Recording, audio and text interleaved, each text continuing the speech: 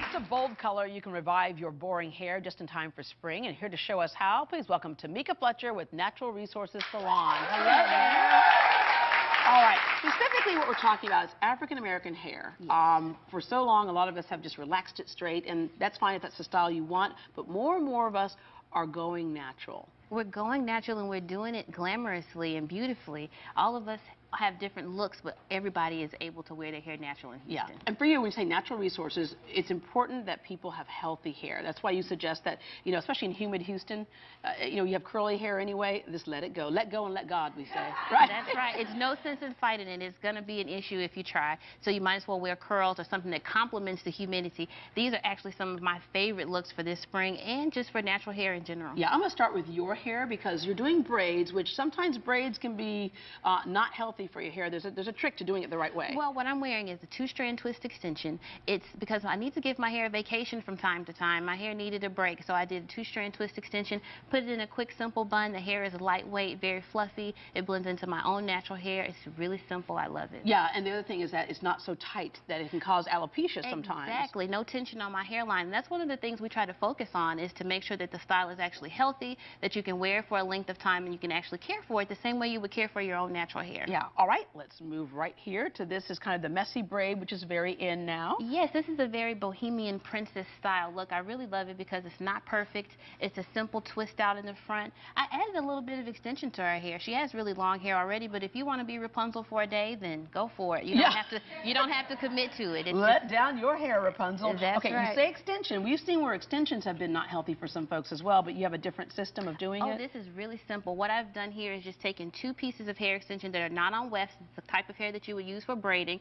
I pinned it in with a bobby pin on the inside and just braided it just the same way I would. Turn her around right there. If she didn't have the extension in. Very easy, beautiful, lightweight, absolutely no damage. You don't have to worry about damage. Okay.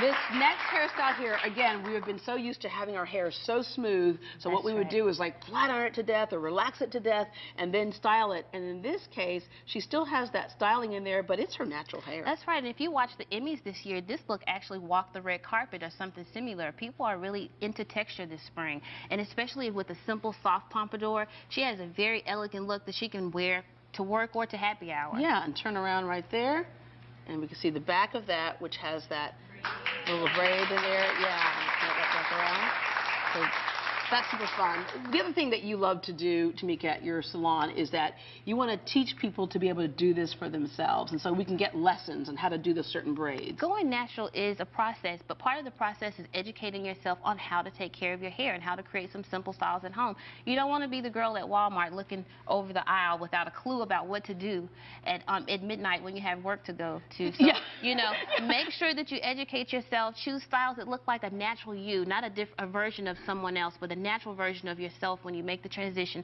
It really makes it a lot easier for your friends and family. Yeah, your friend and your family. That's right. All right, looking here, of course, a lot of us love color in our hair, but if your hair is really dark, the suggestion, I guess, is not to go any more than a couple of steps higher. That's right. Or you could damage it. So how do we get that higher color look without damaging our hair? Well, Deborah, I can be a bit of a spring chicken when it comes to color, so I like to choose colors and try them out first. And so in this case, we could actually do a clip-in extension. We have a piece of hair extension here that's a really bright color. Hold it up to the camera there. Okay, so there you go.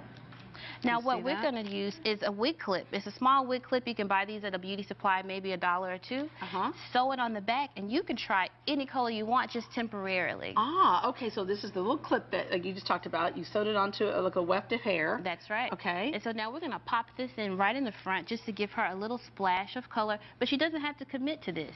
If she decides that this color doesn't work for her, and this is definitely a great idea before you actually color your hair, go into the salon and pay for color. Yeah. Or if you if you want to have a blonde streak and dark hair, that blonde streak might pop out of your head one day. So instead, if you just put it in as a clip, you're not damaging your hair, and you still get the look that you want. And a lot of us change our minds so much anyway. Exactly. Just as easy as that. And you don't have to worry about the damage. That's the best part. Okay, we have a couple of questions in the audience. Let's go to, is it Vanetta? Hi there. What's your question, Vanetta?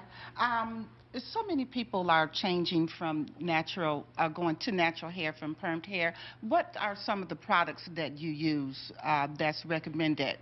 One of the first things I recommend is a sulfate-free shampoo and moisture-based products.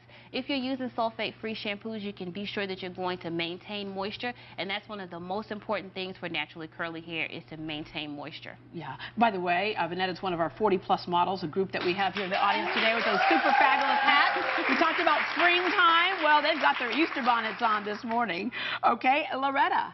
Yes, how long does it take to transition from, say, a relaxer to natural hair? And what does the process involve? What does the process involve? The process involves you transitioning your hair from straight to curly, which means you need to grow your hair out without relaxing. As you grow your hair out, you'll see that there's a difference between the new growth, which is the curly hair, and the straight hair. When you're ready to cut the straight hair, then you're ready to transition. However, you can also wear styles in the meantime that blend together both textures comfortably, and like I was saying before, pick a style that actually works for your lifestyle. For you, I would say something curly and maybe something a little funky in the top. Yeah. But of course, like when you do the braids here, that can kind of blend the two textures and hide that for a while as well until it grows out, because that was the process that I had to kind of go through, was getting it long enough to actually do something there. Well, Tamika, thank you very much. Thank you for having me.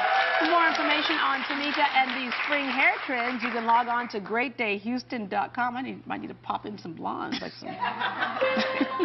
Okay, so don't forget to answer our Facebook question of the day.